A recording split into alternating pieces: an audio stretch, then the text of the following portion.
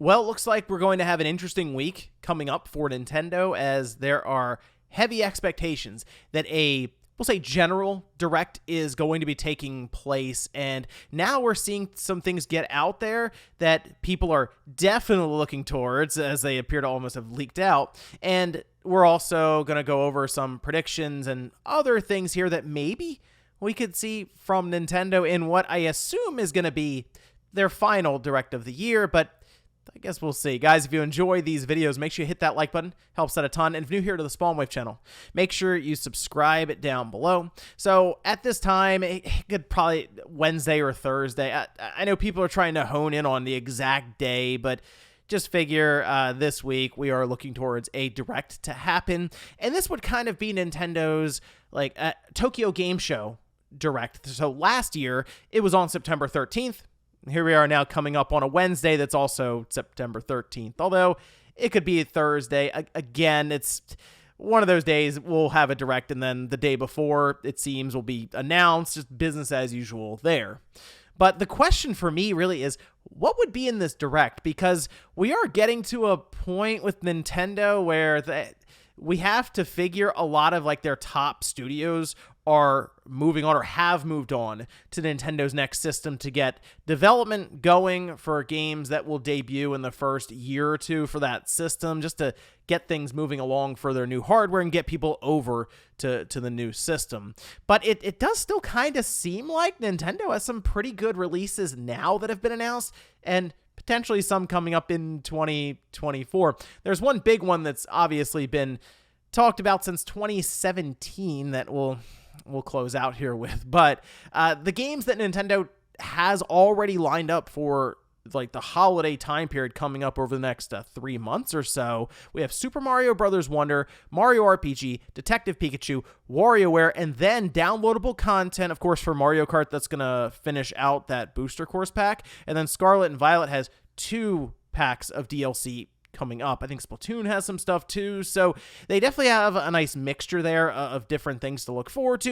And then third-party stuff, think of Star Ocean, that looks really good, I think. So exciting stuff there to close out a pretty strong holiday end 2023 for Nintendo. But then going into 2024, we already know about Luigi's Mansion and Princess Peach. While we didn't really see too much of either one, Luigi's Mansion is coming over from the 3DS. That's a known property.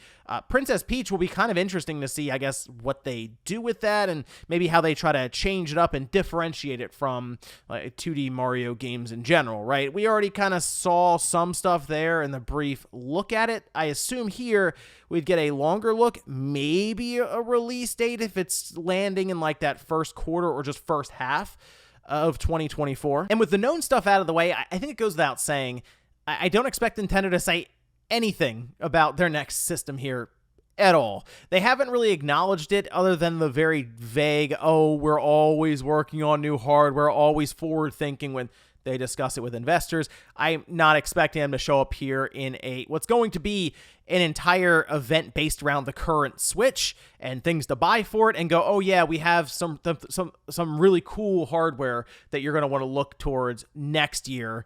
Now, they want to sell as many Switch systems as they can this holiday.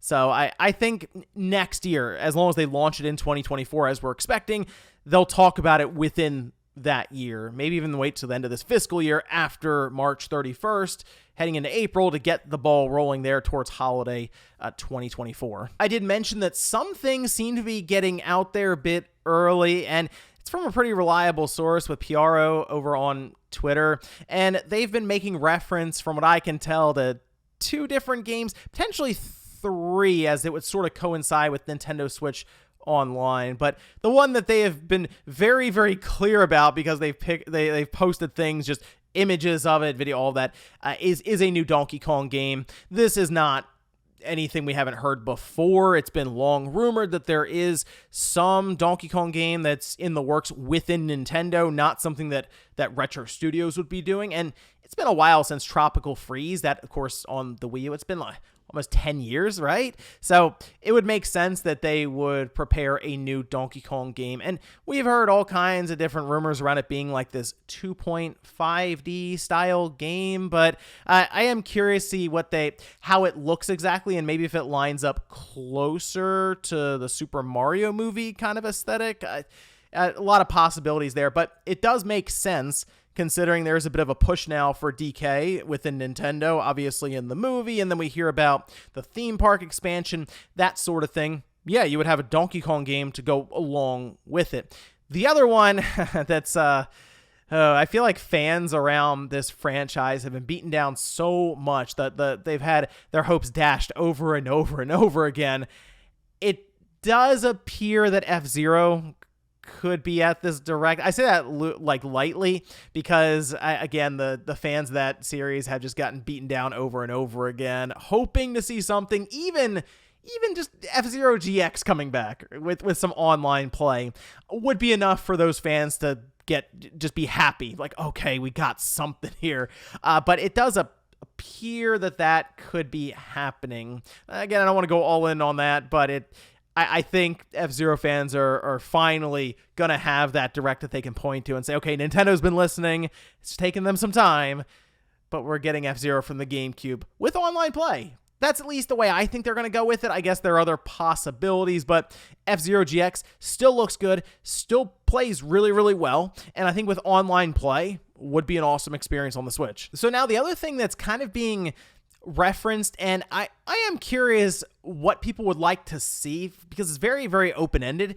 Another one of Nintendo's like Tetris 99 style games on their NSO platform. So it would be something that you could just download and play as long as you're subscribed, right? So Tetris 99, I think, really broke the mold on that, where people were like, oh, this is pretty cool. I would have never thought of something like a battle royale kind of Tetris game with 99 people jumping in. But then we had Mario 35, and to me, once I saw that, I said, well, they can do this with basically anything. So while I liked Mario 35, and I think it's a shame that they took it away, maybe that could come back in a different way. Not necessarily Mario 35, but Mario 99. I don't know. I also think it'd be funny if they did F-Zero, but it was F-Zero 99. Although that might annoy F-Zero. I don't know. Would it be? Maybe that wouldn't annoy F-Zero fans. Or maybe Mario Kart 99. They could partner with third parties. Mega Man 99. It kind of works for basically any game from back in the day where you would have sort of competing players going through levels, knocking each other out depending on how fast you're getting through it or how many points you're accruing. So I'm interested in that. Just, again, adding more value to NSO, but also being genuinely creative. I do wonder if there's still more room for at least one more GameCube remaster, and this is another one where people keep getting their hopes up for it, and I would not expect it, but it'd be a fun surprise, is that Paper Mario Thousand Year Door. That's been rumored for a little while now, and I think the one that's more likely, if you want to go back to the GameCube, would be that Wind Waker Twilight Princess bundle. I know Twilight Princess obviously was on the Wii as well, but the GameCube bundle is the way I'd kind of look at it personally. Twilight Princess and Wind Waker combined. That's been discussed multiple times, and there is an expectation that Nintendo will just do it. Like, hey, here's something to help bridge the gap between these two generations, and why not? They have Twilight Princess on all their systems going back to the GameCube at this point. It was on the GameCube, the Wii, and the Wii U. Sure, re-release it on the Switch. Keep that trend going. And then third parties is really anyone's guess. Bandai Namco is due for another late port. So insert Scarlet Nexus or Tales of Arise here, I guess. Remember, they are going into Tokyo Game Show, so you'll probably see publishers or developers based out of Japan presenting different games, and maybe it'll just be less farming games this time than last year, as that ended up being the running joke. And finally, is it time for Metroid Prime 4 to wake up again? We had Metroid Prime Remastered earlier this year, really at the beginning, and is a very, very good version of the game on the Switch. Retro Studios, there was a lot of doubt kind of building around them if they could still pull this off, and after seeing Metroid Prime Remastered, yes, they can. I would love to see what Metroid Prime 4 is going to look like, however, as I don't think it's I don't think it's going to be exactly the same look as what we see with Remastered. Obviously, that's built off of the GameCube version. I have some thoughts on the idea of Metroid Prime 4, while releasing on the Switch, being utilized more so to show off what the next system can do, and it just being pushed out to like the end of 2024, kind of as the Breath of the Wild release for the Switch. That was a moment where you got it on the Switch and it had that hybrid nature to it, and having a game as expansive as Breath of the Wild as a handheld game was the big aha moment for a lot of people. I believe Retro Studios can really showcase this next system from Nintendo if they are able to have Metroid Prime 4 release on both, because we just heard about some of the tech demos they were showcasing with DLSS and ray tracing, and obviously ray tracing I think plays in really well for Metroid Prime 4 in that setting. So yeah, I think it'd be awesome to see that take place to where it still releases on the Switch, because let's face it, they promised it to Switch owners back in 2017. It's been an interesting journey since then, with them having to reboot the development for it, and I think you still have to put it on the Switch. I don't think there's any question around that, but I wouldn't mind seeing a version that's not necessarily built off of, oh, it's backwards compatible. No, we just made a whole version of the game for the next system to take advantage of all the additional features. That said, I am not going into this expecting Metroid Prime 4, especially if I am also believing that it could release on their next system.